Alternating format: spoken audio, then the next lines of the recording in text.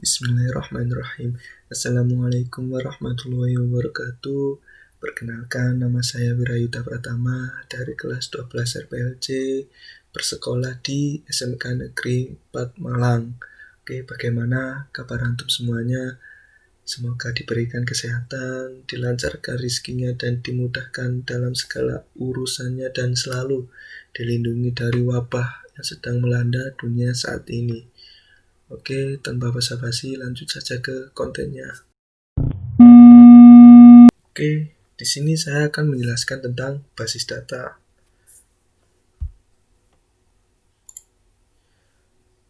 Apa itu basis data?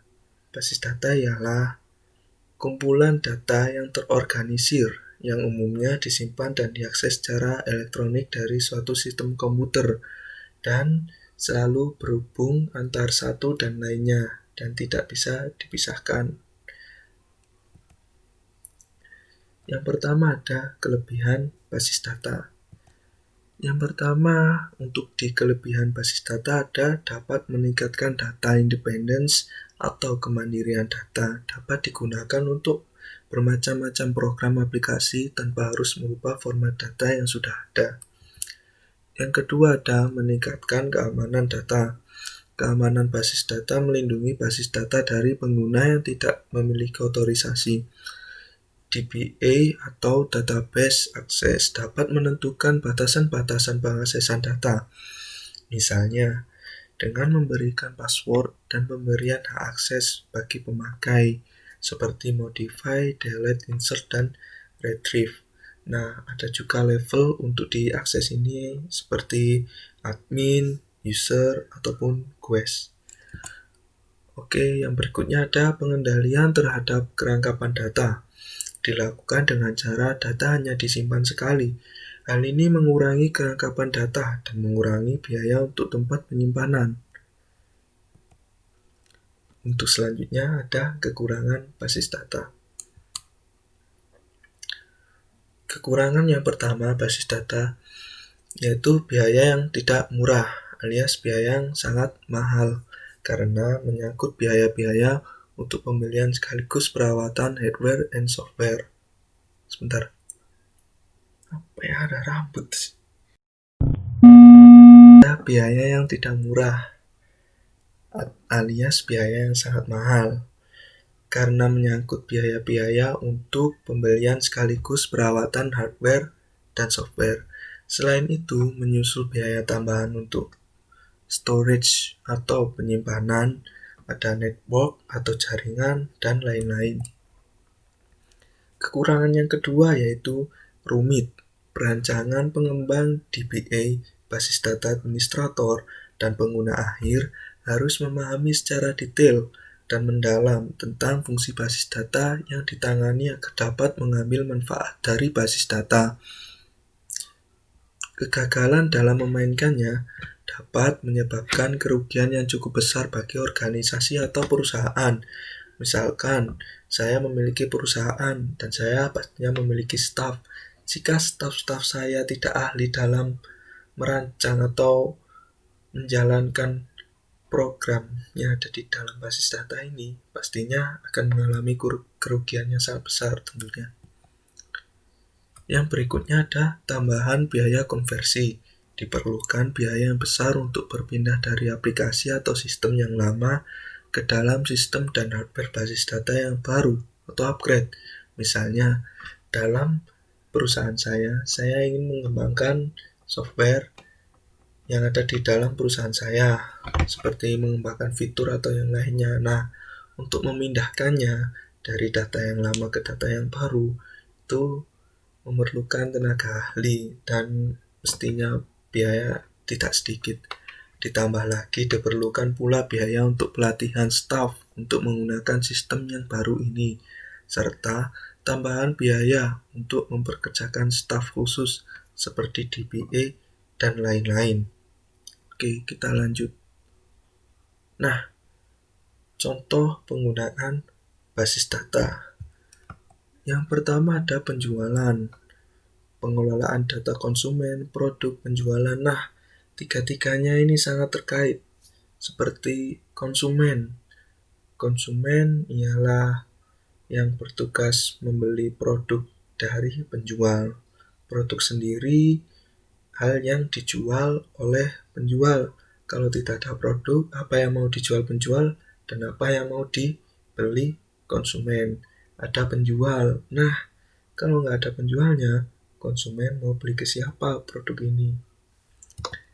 Yang kedua ada kereta api. Nah, terdapat jadwal keberangkatan pastinya di stasiun manapun pasti ada jadwal keberangkatan. Yang kedua ada kode kereta. Nah, kode kereta setiap kereta ini pasti berbeda. Yang ketiga ada masinis. Nah, kalau nggak ada masinis, siapa yang mau memberangkatkan kereta? Kalau nggak ada kereta, apa yang mau berangkat? Nah, kalau nggak ada jadwal, keretanya mau berangkat kapan? Itu kan sangat terhubung. Berikutnya ada pabrik cat. Nah, di pabrik cat sendiri terdapat rak cat, jenis cat, dan merek. Nah, di pabrik cat pastinya cat disimpan rapi. Nah, di sana tersusun rapi antara jenis cat seperti untuk cat tembok atau cat atap. Nah, ada juga merek-mereknya tersendiri. Untuk macam-macam aplikasi database sendiri ada beberapa ya. Di antaranya ada MySQL. MySQL ini yang paling umum dipakai di kalangan programmer. Yang kedua ada MariaDB, merupakan sebuah aplikasi yang dikembangkan oleh sistem basis data yang sama dengan aplikasi MySQL. Jadi seperti kembangannya dari MySQL. Yang berikutnya ada Microsoft SQL Server. Berikutnya ada Oracle, ada PostgreSQL, ada SQLite, ada dbeaver, ada MongoDB. Oke, kita ke pengertian Entity Relationship Diagram atau disingkat IRD. Secara umum, pengertian IRD bisa dipahami sebagai model yang menjelaskan hubungan antara data dalam bentuk diagram. Model ini digunakan untuk mempermudah urusan analisis dari sebuah kegiatan harian. Secara umum seperti itulah. Nah, untuk pengertian singkatnya, IRD ini semacam diagram yang di sana terdapat seperti tadi contoh yang sebelumnya seperti rak cat, jenis cat, merek cat, kode cat, dan lain-lain. Oke, tidak kelihatannya yang bawah ya, saya pindah dulu.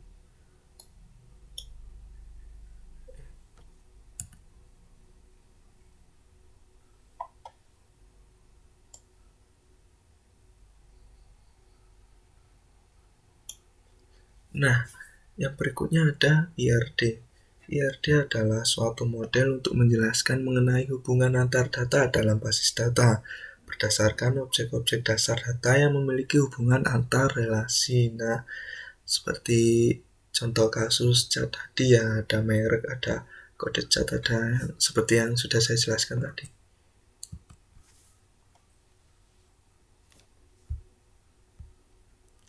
Nah, ada lambang di IRD sendiri. Yang pertama ada entitas yang dilambangkan dengan persegi panjang. Nah, keterangannya entitas adalah suatu objek yang dapat didefinisikan dalam lingkungan pemakai. Nah, seperti entitasnya ada konsumen, ada penjual. Nah, seperti itu.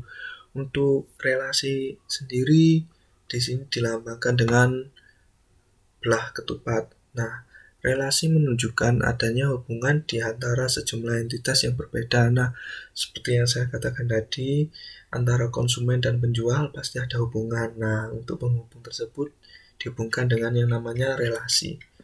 Yang ketiga ada atribut. Atribut sendiri dilambangkan dengan bentuk oval. Nah, atribut berfungsi mendeskripsikan karakter entitas.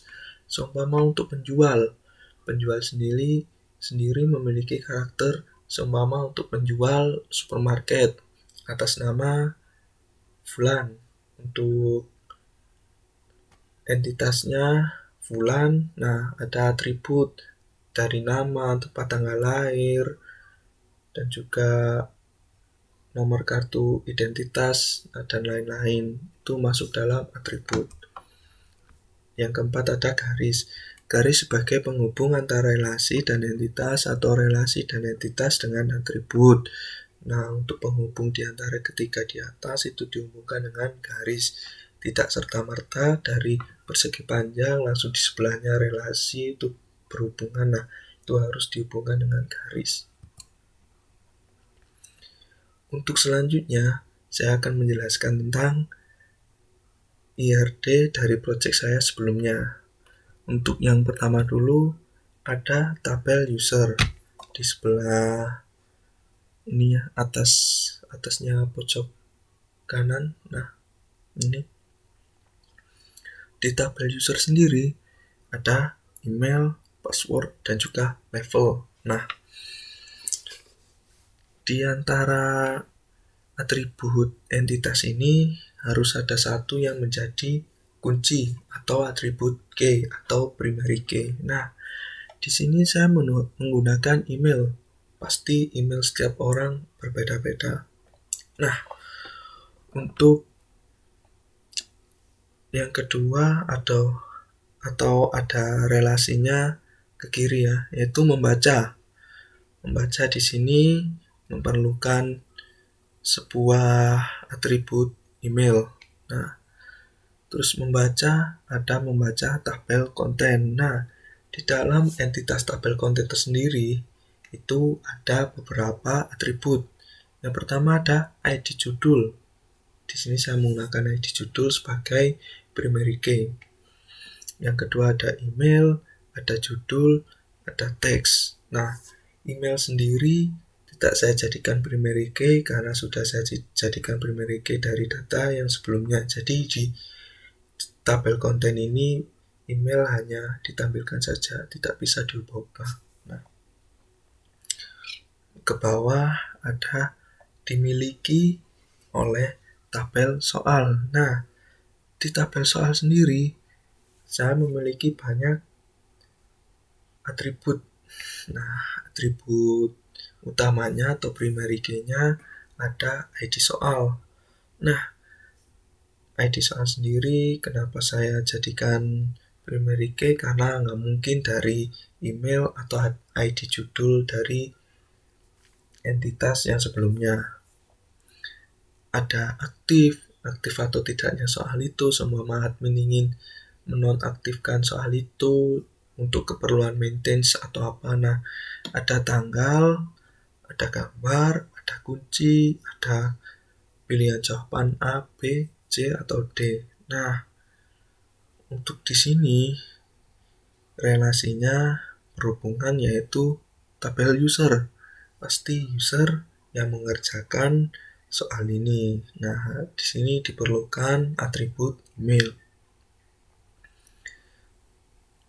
Kita kembali ke tabel user. Nah, di tabel user sendiri bisa memberikan feedback ke tabel report. Nah, di tabel report sendiri saya menggunakan primary key ID report. Kenapa bukan email? Karena email sudah ditampilkan di awal. Ada email, pesan, dan nama.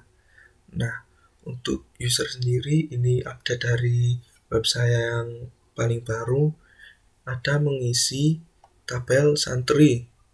Nah, di tabel santri sendiri itu ada ID santri. Nah, sedikit info, tabel santri ini ialah saat user ingin mendaftarkan dirinya ke tempat untuk pendidikan Al-Quran. Nah, mendaftarkan dirinya nanti akan masuk ke tabel santri. Yang pertama ada ID santri, ada alamat, ada email ortu, ada nomor ortu, tanggal lahir, nama orang tua, nama santri, dan jenis kelamin. Nah, untuk primary key ada ID santri. Oke, dari semua entitas ini saling terhubung, tidak bisa dipisahkan satu sama lainnya. Nanti seumpama saya hilangkan satu saja seperti seumpama tabel santri. Nah, tapi di website saya masih ada form pendaftaran. Nah, nanti datanya masuk ke mana gitu kan. Dari tabel user sendiri, seumpama tidak ada konten. Terus user mau ngapain kalau nggak baca konten gitu kan. Karena web saya ini web edukasi. Ada tabel report, seumpama user ingin memberikan feedback. Admin, ini ada bug, admin, email saya kok nggak bisa ya. Itu bisa melalui tabel report. Dan ada tabel soal. Di sini tabel soal sendiri pun sebenarnya opsional, tapi menurut saya ini sangat efektif. Namanya web edukasi, setelah belajar pasti ada ujian. Oke.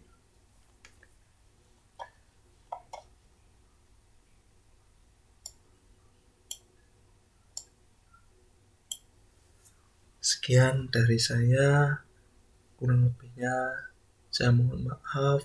Ada kurangnya itu murni dari saya sendiri, ada lebihnya itu murni pemberian Allah Subhanahu wa taala.